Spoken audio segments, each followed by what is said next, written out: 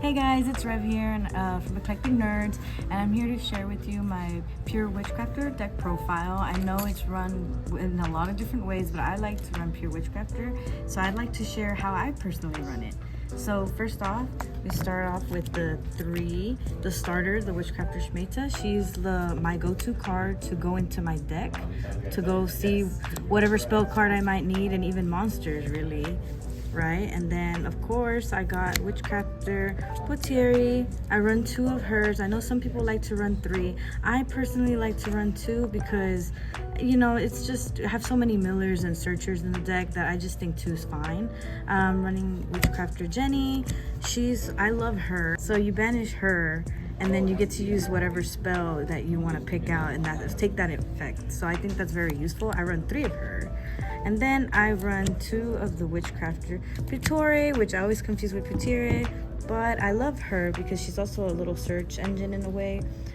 It's a little bit of a gamble because if you don't pull a WitchCrafter card from your deck, then you have to, from the top of your deck, then you have to discard your whole hand. But thankfully, I do run Pure WitchCrafter, so that's usually not really a problem for me. Now, I also like to run WitchCrafter Adel. I know a lot of people don't like to run her. I personally do, just because I like to make use of all the WitchCrafter cards, and she also allows you to discard her so you can bring back another WitchCrafter from the graveyard. And since a lot of people like to target one of my boss monsters, I typically use her to bring them back if I don't have another magic card that can do that.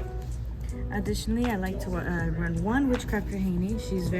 I consider her a boss monster because she has a very important effect. You can target spellcaster monsters that I have on the field, and I find that to be very useful for whenever people try to target my main boss monster, which is WitchCrafter Madame Vere, which I run 1 of now. I used to run 2, but now I just run 1 ever since the fusion card came in. Now I love her because a lot of people underestimate her, but she's got 2 really unique effects. She has the effect where she can negate all effects from the monsters on the field once, right?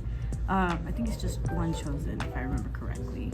And then, depending on how many spell cards you have in your hand, you can actually use her effect to up it by 1,000. So if I have 4 spell cards in my hand that are different names, that's 4,000 extra attack points and defense points. So that comes really clutch because most people they just assume the monster has 1 effect, or they just skip reading that effect all entirely because, you know, that's people. Us Yu-Gi-Oh players reading, come on now. Who does that? And for backup, I like to run WitchCrafter Golem Aruru, which is actually one of the cards that I like to run on spellcaster decks in general, because she comes up as backup in case anybody tries to target any spellcaster monster that I have. She targets the monster and sends them back into the hand, and I find that to be pretty clutch. And then I go into my spell cards, the WitchCrafter Creation. I run 3 of these, of course.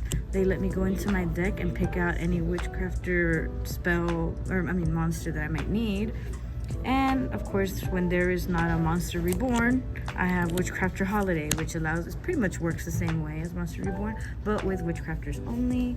And then as for backup, I also have WitchCrafter Unveiling. This helps me summon monsters like WitchCrafter Haney, and nobody can activate any effects in response to this card, which I really, really like.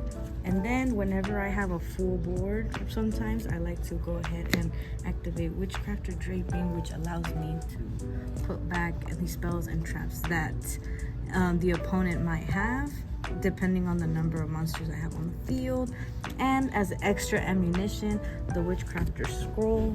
I like to have that one because it can be used as a replacement card. So if I want to activate one of my WitchCrafter's effects, I can actually discard this card that is used as an equip spell instead of discarding 1 spell from my hand, which, like I said, extra ammunition, you can never go wrong with that. And then I have 1 WitchCrafter Buy Street that I use as a safety measure, of course. This protects my monsters from being destroyed once per turn, all the WitchCrafters. And then whenever I'm feeling extra generous, I have WitchCrafter Collaboration, which allows me to select one WitchCrafter monster to attack twice, which, you know, whenever I feel like going extra ham and I have the opportunity to do so, I use it. And then, of course, the most important one, the WitchCrafter Fusion that came in later as support, which allows me to summon the boss monster, which I'll get into later on.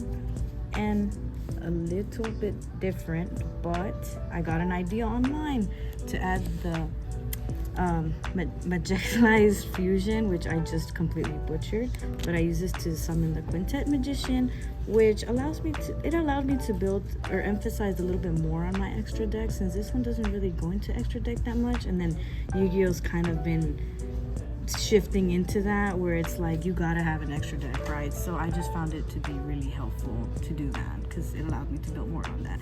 And of course, I gotta take advantage of the super polymerization. Last time I played, it was limited at 1, so of course I'm running 2. And then with that said, I was introduced to a little something called Triple TIK Trust. Of course, that also comes in clutch.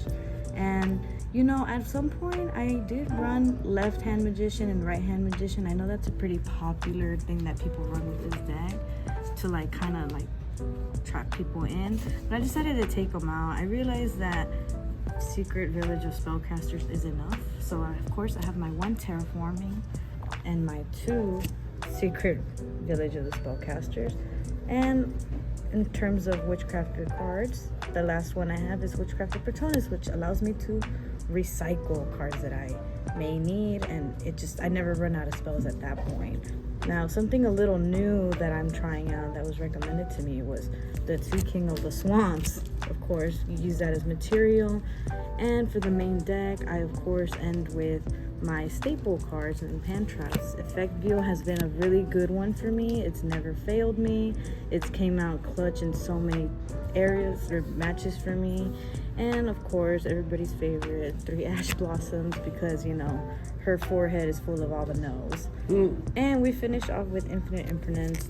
I did run Drolma, but I didn't really like it in this deck as much, so I went ahead and got rid of them. But with that said, that is the main deck. Now, going into the into the extra deck, which, like I said before, is very new to me.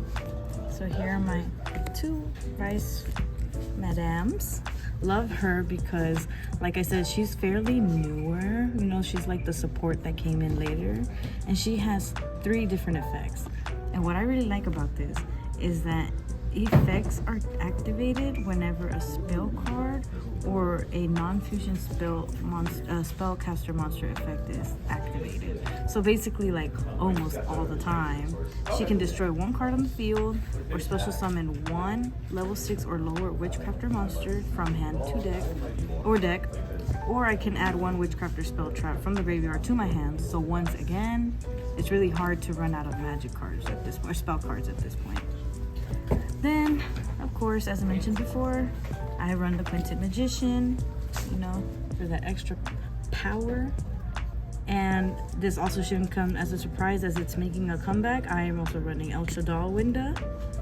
And of course, I have the other extra Link monsters that I personally just find to be, they're nice to have, good options to have, especially, you know, this one right here.